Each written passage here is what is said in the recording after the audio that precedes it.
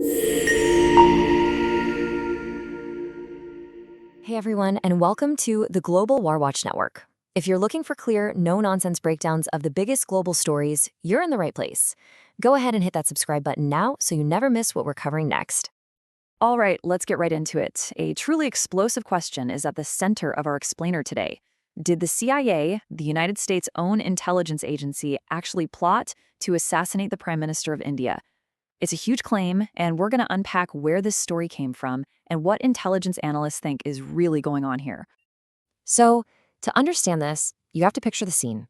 The alleged plot was set to go down at the Shanghai Cooperation Organization Summit. Now, this isn't just any meeting. You've got some of the world's heaviest hitters all in one place. We're talking India's Narendra Modi, China's Xi Jinping, Russia's Vladimir Putin. The stakes are already sky high. Any kind of security incident here wouldn't just be a problem, it would be a full-blown international crisis. And the accusation itself, well, it couldn't be more direct, that the CIA was planning to kill Prime Minister Modi. For two countries that are supposed to be key strategic allies, a claim like this is basically a bomb thrown right into the relationship. It's designed to instantly shatter the critical trust that exists between Washington and Delhi. But here's where the story gets really interesting. On one side, you have this absolutely massive, sensational claim. And on the other side, well, you have nothing. A total vacuum. There's no verifiable intelligence, not a single official confirmation, and maybe most importantly, no diplomatic fallout. It just doesn't add up. And this is the first thing intelligence analysts will tell you. Despite how serious this accusation is, there is absolutely nothing concrete to back it up.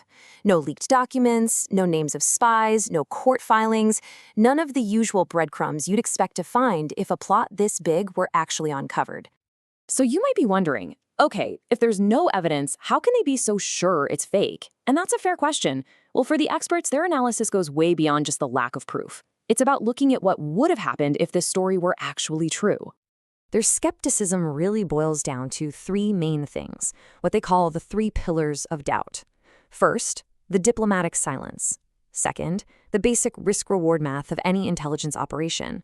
And third, you have to look at who started the rumor in the first place. Let's walk through each one. Okay, pillar number one, the silence. Just think about it for a second. If a U.S. agency really tried to kill the leader of India, the fallout would be immediate and it would be loud. We'd be seeing a complete public meltdown in U.S.-India relations, emergency security alerts, you name it. The fact that none of that happened, that's not just a red flag, it's a giant flashing neon sign that something's off. Second is what they call the intelligence calculus. Basically, spy agencies are all about risk versus reward.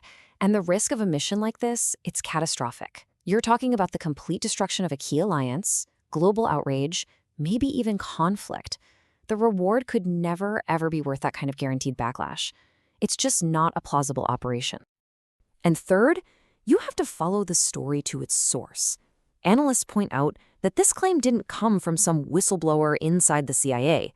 Nope, it originated from sources that are very closely tied to India's ruling party.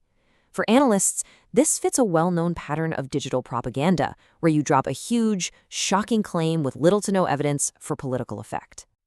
Which, of course, brings us to the real million-dollar question. If this whole plot is a fabrication, then why does the story even exist? What's the point?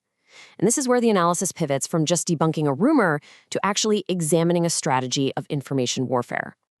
To really get it, you need to understand this concept called information laundering. It works a lot like money laundering. You take a baseless claim, a lie really, and you circulate it through friendly media outlets and social media. And as it gets passed around, it starts to look more and more legitimate. All of this is done to achieve a very specific political goal. So what are those goals? Well, according to the analysis, there are quite a few. A story like this is perfect for deflecting attention from other embarrassing international situations. It's a great way to consolidate power at home and fire up your base by painting India as a victim. And of course, it's an effective tool for trying to silence your critics, both at home and abroad. And the timing here is just perfect. Probably not a coincidence. This rumor really started to pick up steam right after the U.S. Department of Justice charged an Indian official in the alleged plot to assassinate Gurpawant Singh Pannu on U.S. soil. You see the move? It's a way to completely change the subject. The conversation shifts from, was India involved in plots abroad, to, look, the West is targeting our leader. This tactic is actually part of a bigger trend we're seeing in global politics. It's called strategic victimhood. This is where a powerful country frames itself as the target of foreign plots and conspiracies. Why? Because it gives them the perfect justification to enact their own tough, aggressive security measures. This whole alleged CIA plot serves as a prime example of that playbook in action. Now, we have to be really clear about something. Threats against Prime Minister Modi's life have been very real in the past. There were credible, verifiable plots that were uncovered in 2004 and again in 2018. So the analysis isn't dismissing those real dangers. Instead, it's drawing a very sharp line between those proven threats and this current CIA claim, which it argues is something else entirely, a politically motivated story. So after looking at all the angles, the conclusion from the analysts is pretty clear-cut. They see the alleged CIA plot at the SCO Summit as a politically motivated fabrication, something engineered to manipulate public opinion and serve a very specific set of strategic goals. And there's one line in the analysis that really gets to the heart of it. It says that the real danger to stability in the region isn't some imaginary CIA plot. Instead, the real threat is the affirmed pattern of alleged international repression, because that's what creates actual diplomatic crises and puts critical alliances at risk. And all this leaves us with one final, pretty heavy question to think about. In our current age of information warfare, is it possible that the deliberate use of conspiracy theories as a political weapon is actually becoming a bigger threat to global stability than the real covert plots they're meant to distract us from? And that's our breakdown for today. Thank you so much for your time and for tuning in. If you found this useful, please do us a huge favor and hit those like, share, and subscribe buttons for the Global War Watch Network. It really helps us out. We would love to hear what you think, so please share your thoughts in the comment section below. And we'd love for you to join our community on social media. All the links you need are right there in the description. Thanks again for watching.